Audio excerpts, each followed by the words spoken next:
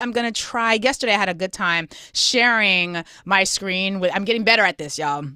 Sharing the screen with the YouTube audience. I mean, if you could let me know when we are live. We're live. Amen. Excellent. Hello, YouTube. Good morning. How are y'all doing? Let's see if we can bring Instagram into the Urban View experience, which is what I like to call what we do here on Urban View. Let's see. Are we going live? We're going live. Yes, we are. All right. So, hello, YouTube. Hope y'all are doing well. Hello, Instagram. I hope y'all are doing well on Instagram. Welcome to the Urban View experience here on channel 126 on SiriusXM's Urban View network. We got a lot to get into because there are now slave patrol apps.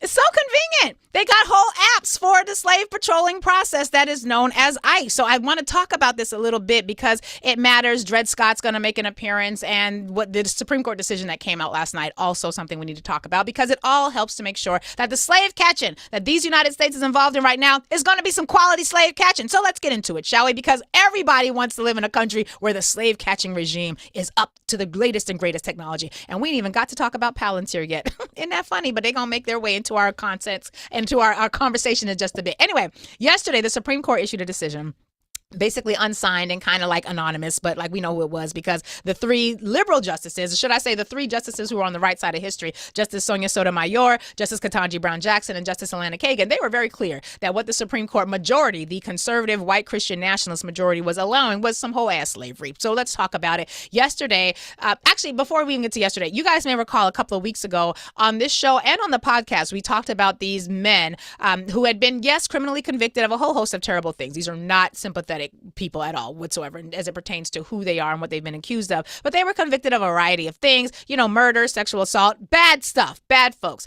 And so they were being deported, not to their countries of origin. They were being deported to a third country. Now, that's weird because, as I explained later on in today's podcast episode, which will be out at 2 p.m., the podcast, don't forget, is called Lurie Breaks It Down. Anywhere you get podcasts, just type in Lurie and Breaks It Down, and you were going to find my podcast. We explain this a little bit more in detail, but basically, these were men who ICE agents had taken, and they weren't going back to their home countries. They were going to a third country. And again, being deported is not quite the right word here, because when you're deported, that means you're going back to the country where you have actual citizenship. They were being sent to a third country that was in the continent of Africa. I believe it was South Sudan or perhaps the Democratic Republic of Congo. Either way, pick one, 6 in one hand, half a dozen in the other for our purposes here, because both of those countries are in the midst of what one might call a civil war. The last place you want to be sent is any country that is in the middle of a civil war, because when you go into the criminal legal system of a country that's in a civil war, it's basically lawless territory. And if there's no diplomatic relations that the country that is holding you, which is in the civil war, if they don't have diplomatic relations with your actual home country, your ability to get home, your ability to file a lawsuit, your ability to appeal, maybe they say, listen, I was convicted of murder, it wasn't me, and they want to file an appeal, then they can't do that because you got them locked up in the Democratic Republic of Congo, which is already dealing with its own issues, much of which is stemming from the fact that white people in European nations are trying to rape the Democratic Republic of Congo of all its minerals so that elongated muskrat can fly his rockets and Jeff Bezos can get married by renting out the entire Vatican. That's a lot, but let's just talk about why it all matters. So yesterday, the Supreme Court weighed in because this group of people that was being sent to this third country, a country that they have no connection to in the continent of Africa, I believe it was South Sudan, they got stuck in Djibouti. Another African nation that is dealing with its own major issues in terms of environmental racism, again, largely stemming from European nations colonizing the continent of Africa. But there's a whole lot of other issues that the nation of Djibouti also has. And these men have been stuck at a base in Djibouti because the courts basically said, wait a minute, you took them, you weren't supposed to take them. They were supposed to have due process. A lower court basically said in the District of Massachusetts, this is a United States District Court, Judge Brian Murphy said, wait a minute, you can deport them, you can send them to a country, but you can't tell them at 8:00 tonight, you going to Djibouti tomorrow. You can't tell them, you got to give them the ability to appeal this process. You have to give them due process. Now, I know some of y'all are thinking, I don't give a good goddamn where you're going to send them. They're not Americans and they're convicted of crimes. They should get the hell up out of here. That's fine and good until you realize that everything that's done to the least empowered people in this society is just a test run until they can get it to you. And do you guys remember a couple of weeks ago, we talked about the fact that Republicans in committee had voted that, yes, you should, as an American, be able to be deported or sent to another country to serve out your prison time in another country. Do you remember that? So everything they're doing right now is basically so they can get at you in order to get you up out of here too. Because if you don't agree, if you're not in alignment with white Christian nationalism, then you are basically operating a criminal enterprise in these United States. At least that's what the nationalists want us to believe. So that's That's the background. So these men have been stuck in Djibouti because before they could get to South Sudan, where they were going to be dropped off, the court was like, wait a minute, we told y'all couldn't even take them. What the fuck are you doing? Bring them back. But they couldn't bring them back because while you're in Djibouti, they also had these issues where Djibouti is dealing with its own battles of international airspace. The Yemenis are like, what you ain't finna do is fly up on the plane up out of here. So they've been stuck in Djibouti, which is like hella hot. Like really, really, really hot. They've got like all sorts of pestilence that they're dealing with. And, things that if they were native to that space might be a part of, they would have cultural tools to deal with it, but they're not native to that space. They Americans. These soldiers and these men who they have now decided to get rid of. So the court at the lower level has said, you got to give them at least 15 days. Like, you ain't got to give them the world, but you got to give them time. You can't send somebody to a country that is itself failing for criminal punishment and then not give them any way to fight it. Because what if I've been wrongfully convicted and you send me to South Sudan or you send me to Ecuador and that country has no diplomatic connections with my own country? I don't even speak your language. I'm just stuck there for life to work for the rest of my life because they sent another country kidnapped me and sent me here. That's a slave trade. Like, that's a slave trade. If I snatch you up off the street and I send you to another country to work for the rest of your life and you have no ability to contest that and I get paid for it, that's a slave trade. I'm just saying, we done been here before. Anyway, the Supreme Court's 3 liberal justices, Sonia Sotomayor, Ketanji Brown Jackson, and Aleda Kagan, basically said this is whole ass lawlessness. What you're doing is completely lawless. Sonia Sotomayor says the government has made clear in word and deed that it feels itself unconstrained by law, free to deport anyone, anywhere, without notice or an opportunity to be heard. She goes on to say that the Trump administration has already acted in violation of unambiguous lower court orders by flying 4 non-citizens to Guantanamo Bay and from there to El Salvador. Following that, she says, the government removed 6 people to South Sudan with less than 16 hours notice, basically overnight, and without any opportunity to contact their lawyers or be heard in court. The government has thus openly flouted 2 court orders before it even got to the Supreme Court. So she's like, these are some lying-ass liars who lie. What the fuck are you doing? Saying that they can send anybody anywhere, knowing that the Republicans in committee just voted to be able to to send Americans out of the country to serve their prison terms as well. That legislation has not been finalized, but these are things that you need to be aware of. So now it was weird because as I'm reading this opinion, the dissent that Justice Sonia Sotomayor issued, and as I'm like, why? I started to feel uncomfortable. I was like, this feels strangely familiar. I don't know what it is, but something about this just doesn't feel right. And then I remembered, of course, Dred Scott, a legal opinion in which the Supreme Court said that basically black people had no rights that the white man was bound to respect. Now, I know we have largely been talking about the Latinos and the Asians when it comes to deportations, but there are a lot of Africans also being deported. But what we need to know right now is that today's Supreme Court is basically drawing back on the legacy of the Dred Scott decision. So let's remind ourselves of what the Dred Scott decision was, because this was a pretty big deal.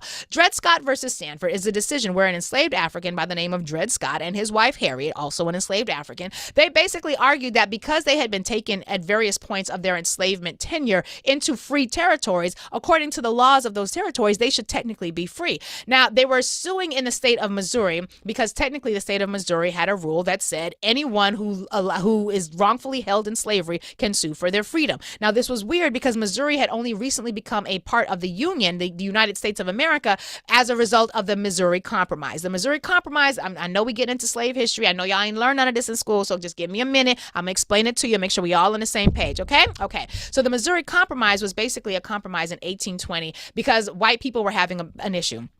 White people could not agree how to move forward with slavery. And so basically what was happening was you had people in the South who were white, who were owning a whole lot of black people. But now they said these black people weren't really people. They said that these Africans, which they had raped, pillaged, plundered, and kidnapped and trafficked thousands of miles across the ocean, they said these weren't actually people. These were more like tractor trailers or dogs or roosters or barn doors. They were property. They weren't actually human beings. And so they had spent a lot of time convincing people that enslaved Africans could not actually be human beings because enslaved Africans were property.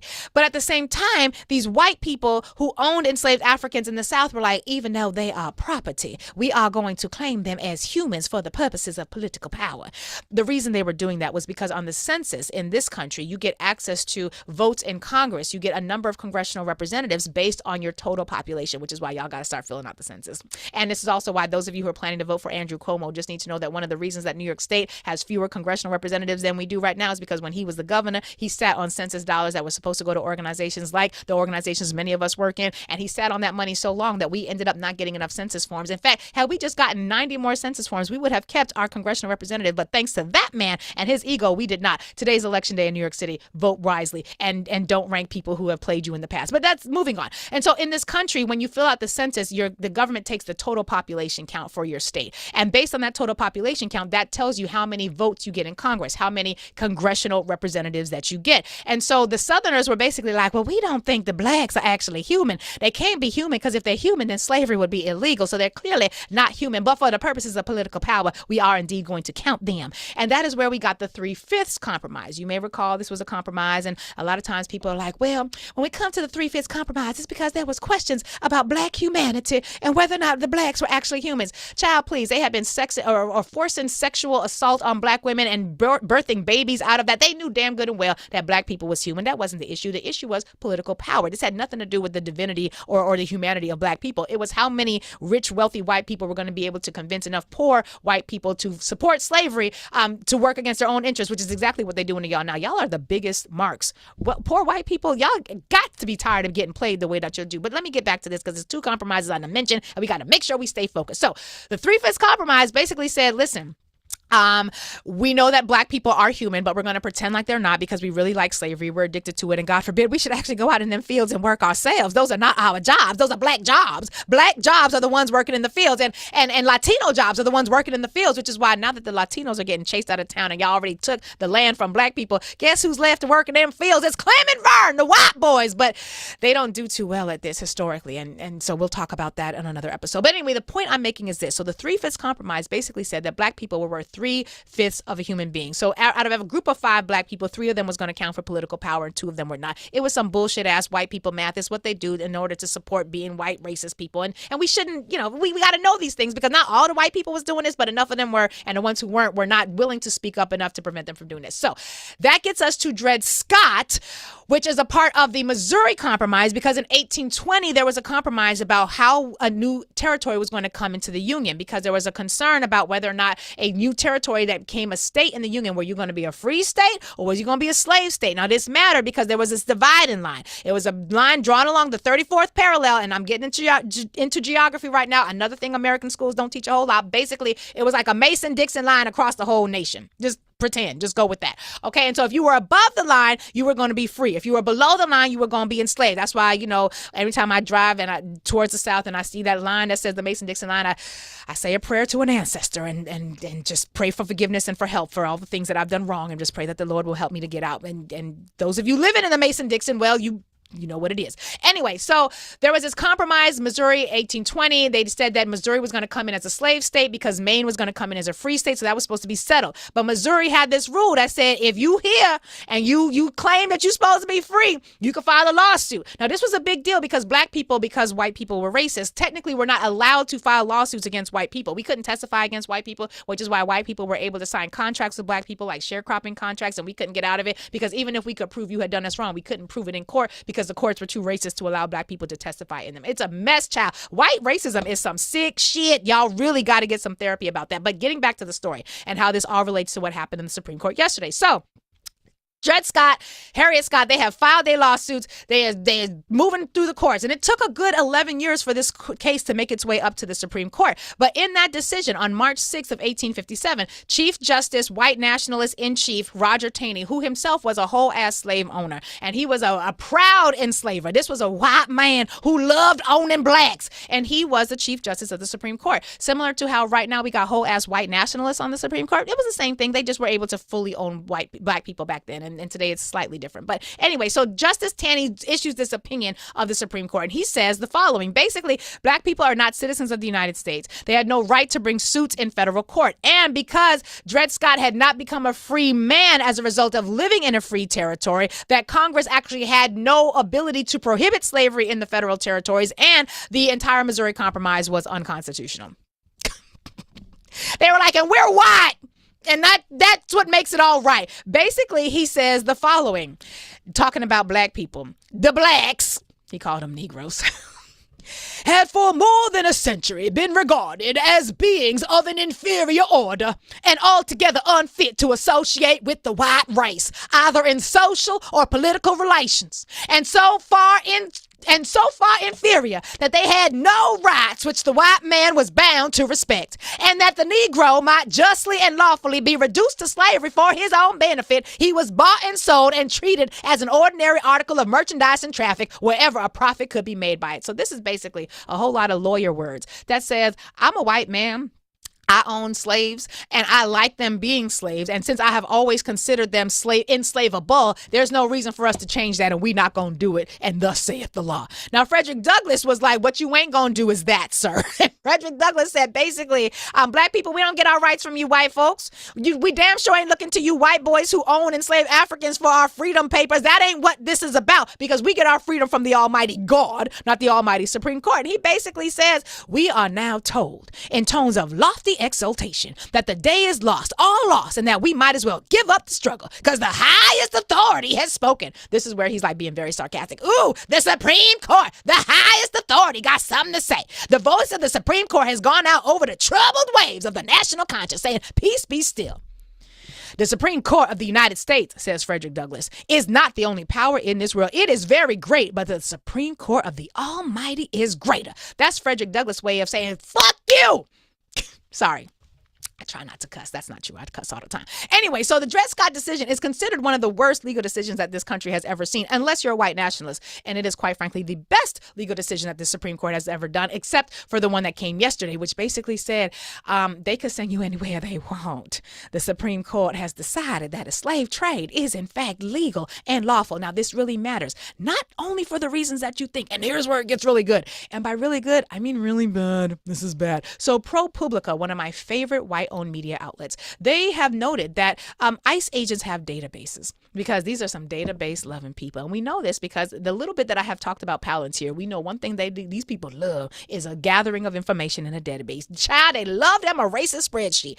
We haven't really talked extensively about Palantir. Every time I try to do it, something happens with the schedule and it gets bumped and more information comes out. So we are going to have that conversation. But this is a little bit about Palantir. And if you don't know what Palantir is, child, go pray, say your prayers, do you some meditation, and then do some Googling. You're going to need them prayers and meditation to keep your mind at peace once you read what it is that these people are trying to do. Anyway, so ICE has this database. They have a lot of databases, actually, and we know that they have a lot of databases because that's one of the things that Doge did. Remember Doge? Good old Doge, elongated muskrat's little agency, when they went into all of the governmental agencies and they installed their computers, and their 19 and 20 and 22-year-old former landscapers and internet hackers. Remember when they put them all in the agencies, and what did they do? They scraped all the data. They got all the data that they got, that every bit of data that the Department of Labor has about you, they scraped, that the Department of Education has about you, they scraped, that the IRS has about you, they scraped, the Department of Health and Human Services, every bit of governmental information ever held about you in separate agencies, Doge has now gathered, and they're turning over to Palantir in order to create that great American database, which is kind of going to operate like, according to some experts, like a WeChat, but for America, where basically everything you do, you'll be required to be on a space like a Twitter, you'll be required to buy and sell through Twitter, kind of like the mark of the beast, like you got to buy and sell through their entity. Anyway, that is a conversation for another day. Lord, I keep getting distracted. Let's focus on why it matters. And it really, really matters. So these databases that ICE currently has, they're usually inaccurate. Similar to the way in New York City, even with a black mayor who himself used to be a member of the NYPD, we have a database called the gang database. And you don't really got to be in a gang to be in the gang database. You just got to be walking next to a gang member or talking to a gang member who might be a family member. You got to be on the same block or live in the same building as a gang member. Maybe you were in a picture of a gang member when they were doing some social media. You will be in that gang database. And there's really no way to get you out, even though we have a black mayor who himself used to be a Republican and a member of the NYPD. Hey, Eric. Anyway, so this database is often wrong, as is the gang database in New York City, but this database is often wrong. Now, technically, these men of ICE are supposed to update the database. Technically, that's what they're supposed to do. They don't do it. They don't update the database, and so if they arrest you and they find out you're a citizen, they're supposed to update the database so that you don't get arrested again by ICE. That's not what's happening, and I go into this in a lot more depth in the podcast today, so I'm going to skip through some of this because you can check that out at 2 p.m., but basically, we have seen in Utah 20-year-old American was arrested after honking after ICE. In New Mexico, a member of the Mescalero Apache Nation, 2 hours away from the border, was questioned by ICE, who demanded to see her passport. Do you have a passport, and do you travel with it to the supermarket? Because if you don't travel with it to the supermarket and you get pulled over by ICE, how are you going to prove you a citizen? Remember, I asked that question in the lead up to the election, and some of you people who were part of the ADOS community got really upset with me and said that I was fear-mongering because there's no way they would do any of this to Americans. Every incident I'm mentioning right now is Americans, and if you think they're not going to do it to the blacks, I got a bridge from here to slavery to sell you. Anyway, so they've done it to the member of the Apache Nation, literally an original American. We've seen Trump voters in Virginia who got pulled over and were handcuffed by ICE. Now, this really matters for the following reason. Do you guys remember Enrique Tarrio? Enrique Tarrio es un hombre afro-cubano. He's an Afro-Cuban man. He was the head of the Proud Boys until he was sentenced to 22 years for sedition or some activities leading into the January 6th situation. He's a bad dude. He's a bad dude. And he basically is now the ICE raid czar. Isn't that great? So he's no longer in jail because he got a pardon. Not because he's innocent, but because, well, I guess technically he is because he got a pardon. I don't know how that works. But anyway, basically, Enrique Tarrio, who was convicted of seditious conspiracy, has been appointed the czar of ICE raid. Now, you may be wondering, what is ICE raid? Well, I'm glad you asked. ICE raid is basically an app, because there's always an app, because these are tech bros. This ain't just slavery. This is tech slavery, okay? It's tech slavery. He basically has an app that will kind of be like a Pokemon Go for catching brown people. Yeah! You think I'm lying? It's a Pokemon Go for people who don't look like they're Americans. I damn sure don't look like I'm an American to people who would want to play this. But basically, it's a game. It's an app that will essentially, it's called ICE Raid, and the app allows you to crowdsource tips to help law enforcement arrest and deport immigrants. This group is not affiliated with the U.S. government, but we know it is, child. We know it is, because that's a distinction without a difference, okay? And basically he says, I am honored to serve as ICE Raid Czar and to lead a platform that empowers Americans to protect our nation's values and security. I already told y'all this man is Afro-Cubano. Yeah, black Cuban. Okay. His involvement as spokesperson for the initiative, according to, I can't remember which outlet is this. This is Skyline Reports and Yahoo News. His involvement as spokesperson for the initiative comes as the Trump administration, quote, separately encourages people to report suspected undocumented people to federal authorities. On Wednesday, the Department of Homeland Security published a vintage-style image featuring Uncle Sam hammering a poster to a wall that said, help your country and yourself, report all foreign invaders, and listed ICE's hotline. We're in the Pokemon Go era of slavery catching apps. Agency basically says, help your country locate and arrest illegal aliens. Now, rights activists, immigrants' rights activists, community leaders, very, very nervous about this because basically it is a campaign to encourage citizens to report on the other people in the country. You know who else did this? The Nazis. The Nazis did this. And I got to be honest with you, the level of simpatico between Nazi Germany and enslavement America and Project 2025 America, chef's kiss in terms of that Venn diagram is one complete circle, right? One complete circle, because we're in a moment right now where this app will allow users to basically take pictures of people that they think are violating immigration laws and upload them to the platform. So if you thought the Karens in your community, and I hate using the word Karen for this because every single person I know whose name is Karen except one, and I know 7 Karens, well, only one of them is white. Every other one of them is a black woman. It is what it is. But if you thought the I want to speak to the manager energy was loud before, wait till I want to speak to the manager can be discreet and quiet and maintain white women's sensibilities as they type their suspicions into an app ever so discreetly before the ICE agents descend upon your door. Now, you may not actually be an immigrant. You might actually be a whole ass American. I hope you can prove it because I've never liked you in the first place. I never liked you at all. And I've always wanted to get you out of the community. And now I can do it without having any of those Black Lives Matter protesters showing up at my door for calling the police. No one will even know. I just get to be white and innocent and clutch my alabaster pearls and look the other way as ICE descends based on the fact that I Pokemon Go'd you into their database. Remember what I talked about before when I mentioned slave catching and fugitive slave laws and how the fugitive slave laws, right around the time that we also saw the Missouri Compromise and the Dred Scott decision, remember when those fugitive slave laws basically deputized white people, every white person, and with a legal mandate that they support enslavement. And if they happen to see a black who looked like they might have been a black that used to be enslaved, if you look like a runaway, you should be caught. You should be captured. We might be our ancestors' wildest dreams, but so are they. And the sooner we realize that, the sooner we can prepare properly. And the sooner we can engage in ways that really matter.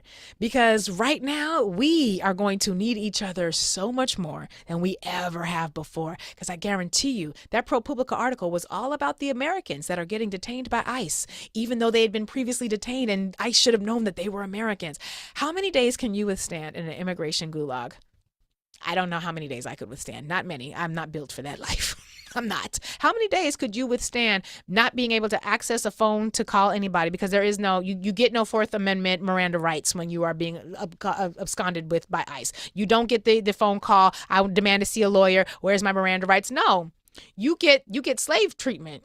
And I know there's some people out there, I can't believe you are comparing what we went through with what they, just stop. We ain't the only ones that have been enslaved. Yes, we were the only ones enslaved with chattel slavery with that era. Yes, absolutely, that was terrible. We can sit in that space and, I guess that's something we can claim. But let us not act like that's the only form of enslavement that exists. Slavery is a thing, and international slave trading is something that this country is expert in.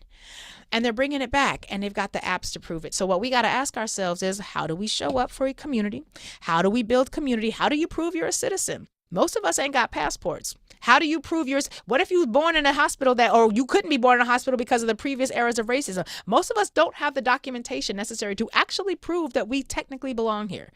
We should think about what that looks like. What should our organizing capacity look like? Because this thing is spreading. This isn't going away.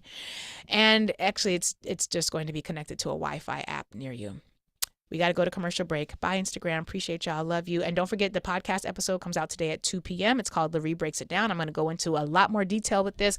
As we do every day, we give you the day's news in 25 minutes, maybe 30, but no more than 30 minutes, unless it's a super special conversation. But Instagram, appreciate y'all. Love you. Take care. YouTube, we appreciate you as well. Urban View, we are going to get ready to go to commercial break. And I want to hear from you. 866-801-8255. 866-801-TALK is the number. How would you prove you're an American citizen?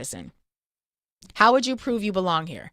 If you were captured by ICE, if someone comes and snatch your child up off the street because one of these, I want to see the manager type of energies like shows up and it's like, I can't stand these black kids. Just like remember that white woman who sprayed bear spray in them little kids' faces, like 6 and 7 year old little black girls playing. She sprayed bear spray in their face, or any other time when black children have been accosted. What happens when your black child is being accosted and a picture of them is entered into an app and they're picked up by ICE? And not only do they not have any identification that proves they're a citizen, they don't have any identification at all because they're 8 and that's not what they typically do. How you gonna get your child back? Where is your child? Because if the database doesn't keep track and doesn't make corrections, and now there's an app that basically can mass arrest most of us, who gonna check them, boo? And who gonna save me and you? These are the questions that we have to ask ourselves. How would you prove you're a citizen? 866-801-8255. 866-801-TALK is the number. We are going to get ready to head to commercial break. Much more to come on the Lurie Daniel Favor Show. And yes, I that's a serious question. I know y'all think I'm joking, but I'm not being rhetorical. That is a serious question. You find out your child